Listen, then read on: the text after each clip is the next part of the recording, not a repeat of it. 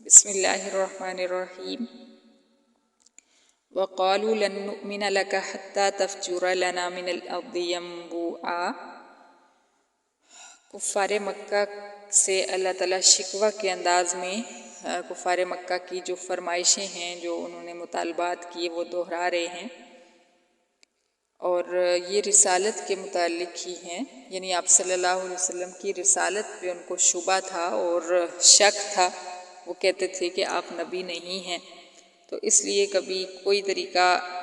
اپناتے آپ کو تنگ کرنے کا، اور کبھی کوئی طریقہ اپناتے۔ ہمیشہ سے ایسا ہی آیا ہے، اور خاص طور پہ آپ صلی اللہ علیہ وسلم کے ساتھ تو یہ چیز بہت زیادہ ہوئی ہے کہ تبلیغ جب بھی کسی نے کی ہے، قرآن پڑھ کر سنایا ہے، تو اس کے کو مخالفت کا سامنا کرنا پڑا ہے عوام کی طرف سے، سننے والوں کی طرف سے۔ اور پھر آپ صلی اللہ علیہ وسلم تو صاحب قرآن تھے، جنہوں نے سب سے پہلے قرآن متعارف کروایا تھا دنیا والوں کو،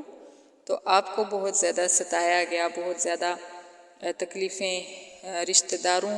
کی طرف سے بھی اٹھانی پڑی، اور اپنی ذات کی طرف سے بھی، یعنی آپ کے رشتہ داروں کو، آپ کے دوست احباب کو بھی تنگ کیا گیا، اور آپ کی اپنی ذات کے لیے بھی مشکلات کھڑی کی گئیں۔ تو یہاں پہ اللہ تعالیٰ کافروں کے کچھ مطالبات کا ذکر فرما رہے ہیں کہ کافر جو ہیں، کفار مکہ، یہ عجیب لوگ ہیں۔ یہ کہتے ہیں کہ لن نؤمن لک حتی تفجر لنا من الارض ینبوعا، ہم تجھ پر اس وقت تک ایمان نہیں لائیں گے، یعنی تو تیری نبوت اس وقت تک نہیں تسلیم کریں گے جب تک تو سرزمین مکہ کے اندر ہمیں ایک چشمہ جاری کر کے نہیں دکھا دیتا۔ یعنی وہاں جہاں پہ پانی نکالنا جو ہے بڑا مشکل ہے، عرب کے ریتلے علاقے کے اندر، اور کہتے تھے کہ یہاں سے زمین کے اندر سے ایک چشمہ نکلے تو پھر ہم جو ہے تجھے مان جائیں گے کہ تو واقعی اللہ تعالیٰ کا سچا نبی ہے۔ او یکون لک جنت من نخیل وعنب فتفجر الانہار خلالہا تفجیرا، یا پھر ایسا کر کہ اگر یہ نہیں کر سکتا کہ چشمہ جاری ہو، تو پھر تیرا ایک باغ ہونا چاہیے جس کے اندر انگور بھی ہوں اور کھجوریں بھی ہوں، پھر اس باغ کے درمیان میں تو نہریں جاری کر لے۔ یعنی معجزات طلب کر رہے ہیں کہ مکہ کے اندر ظاہر ہے کہ پانی اور سبزہ یہ چیزیں نہیں تھیں، کھجور کے درخت تھے بس، اور عرب کا تپتا ہوا ریگستان تھا، تو وہاں پہ پانی کی نہریں اور چشمے یہ کہاں سے آ سکتے تھے بھلا؟ تو آپ سے کہتے کہ آپ نہریں جاری کر کے دکھائیں ہمیں اپنے باغ کے اندر۔ او تسقط السماء، اگر یہ بھی نہیں کر سکتے تو پھر ظاہر ہے کہ ہم آپ کو تنگ کر رہے ہیں، ہم آپ کو جھٹلا رہے ہیں، تو او تسقط السماء کما زعمت علینا کسفا، پھر آسمان کو ٹکڑے کر کے ہمارے اوپر گرا دے جیسا کہ تیرا دعویٰ ہے کہ اگر ہم نہیں مانیں گے تو آسمان ٹکڑے ہو کر ہمارے اوپر گر پڑے گا، یا ہمارے اوپر اللہ تعالیٰ کا عذاب آئے گا۔ او تأتی باللہ والملائکۃ قبیلا، یا یہ بھی نہیں کر سکتا تو پھر اللہ اور فرشتوں کو سامنے لیا، یعنی ہمیں پتہ چلے کہ جو اللہ تیرے سے کلام کرتا ہے، جو فرشتے تیرے اوپر کلام نازل کرتے ہیں،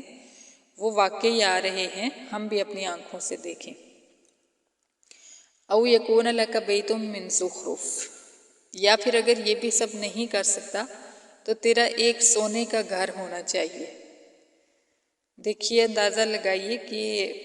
جب کسی نے نہیں ماننا ہوتا تو اس کے پاس 100 حجتیں ہوتی ہیں انکار کرنے کے لیے، تو کفار مکہ نے بھی یہ سب کیا، اور آج کے لوگ بھی یہ کر رہے ہیں اور سمجھ رہے ہیں کہ ہم نئے اٹھے ہیں ایسے، حالانکہ یہ پہلے نہیں ہیں جنہوں نے اسلام کے اوپر سوال اٹھائے ہیں۔ جب سے اسلام ظاہر ہوا ہے، جب سے اللہ تعالیٰ نے اسلام کو دنیا والوں کے سامنے پیش فرمایا ہے، اس وقت سے ہی یہ سوال جو ہیں، جو لوگ عقل سے پرکھنے والے لوگ ہیں، وہ یہ سوال اٹھا رہے ہیں کہ ایسا کیوں ہے اور ایسا کیوں نہیں ہے۔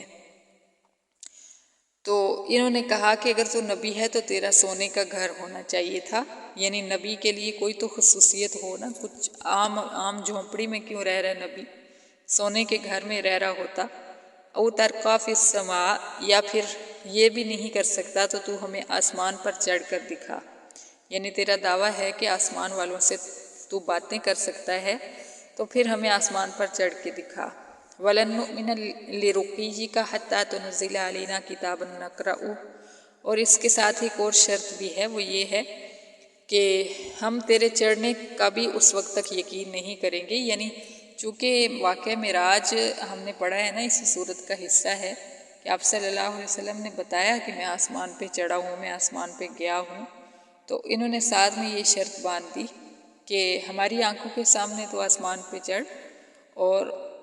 ہرگز ہم تیرے چڑھنے پر ایمان نہیں لائیں گے حتیٰ تنزل علینا کتاباً، یہاں تک کہ تو ہمارے سامنے وہاں سے ایک کتاب لے کر اترتا ہوا ہمیں نظر آئے، نقرأہ، پھر ہم وہ کتاب خود پڑھیں۔ تو ہمارے یہ سارے مطالبات ہیں، ان میں سے کوئی ایک شرط بھی پوری کر دے تو ہم تجھے نبی مان جائیں گے۔ قل سبحان ربی هل كنت الا بشرا رسولا، اللہ تعالیٰ نے آپ صلی اللہ علیہ وسلم کو جو جواب سکھایا وہ 100 باتوں کا ایک جواب کافی تھا۔ اب اللہ تعالیٰ نے فرمایا کہ اے پیغمبر آپ ان سے کہہ دیں کہ سبحان اللہ، میں نے خدائی کا دعویٰ تو نہیں کر دیا، هل كنت الا بشرا رسولا، میں تو ایک آدمی ہوں جس کو رسول بنا کر بھیجا گیا ہے، یعنی میں یہ تو نہیں کہہ رہا کہ میں خدا ہوں کہ میں تمہارے سارے مطالبات پورے کر دوں گا، میں نے تو نبوت کا دعویٰ کیا ہے، خدائی کا دعویٰ نہیں کیا۔ تو ایک نبی جو ہے وہ بشر ہی ہوتا ہے، جیسے یہاں پہ بھی اللہ تعالیٰ آپ صلی اللہ علیہ وسلم فرما رہے ہیں هل كنت الا بشرا،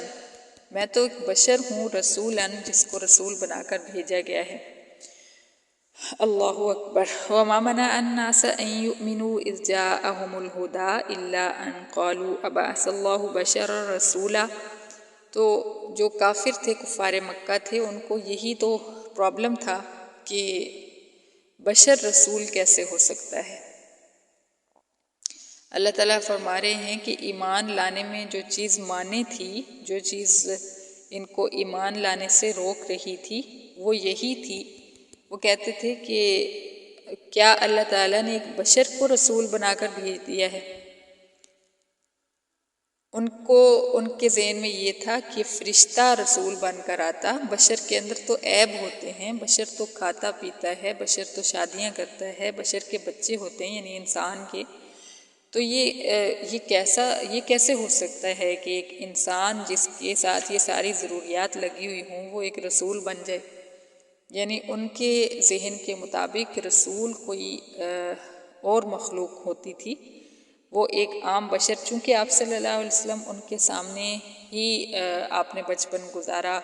جوانی گزاری، آپ نے شادیاں کیں، آپ کے بچے ہوئے، آپ کھاتے پیتے تھے، آپ بازاروں میں چلتے پھرتے تھے، تو وہ کہتے تھے کہ یہ کیسے ہو سکتا ہے کہ ایک ہمارے اندر سے، ہمارے ہی قبیلے کا ایک آدمی جو ہے وہ اٹھ کے یہ کہنے لگے کہ میں رسول ہوں۔ تو ان کے نزدیک رسول کی ڈیفینیشن کچھ اور تھی، جو کہ نعوذ باللہ آپ پہ پوری نہیں اتر رہی تھی، تو اس لیے وہ ماننے سے انکاری تھے۔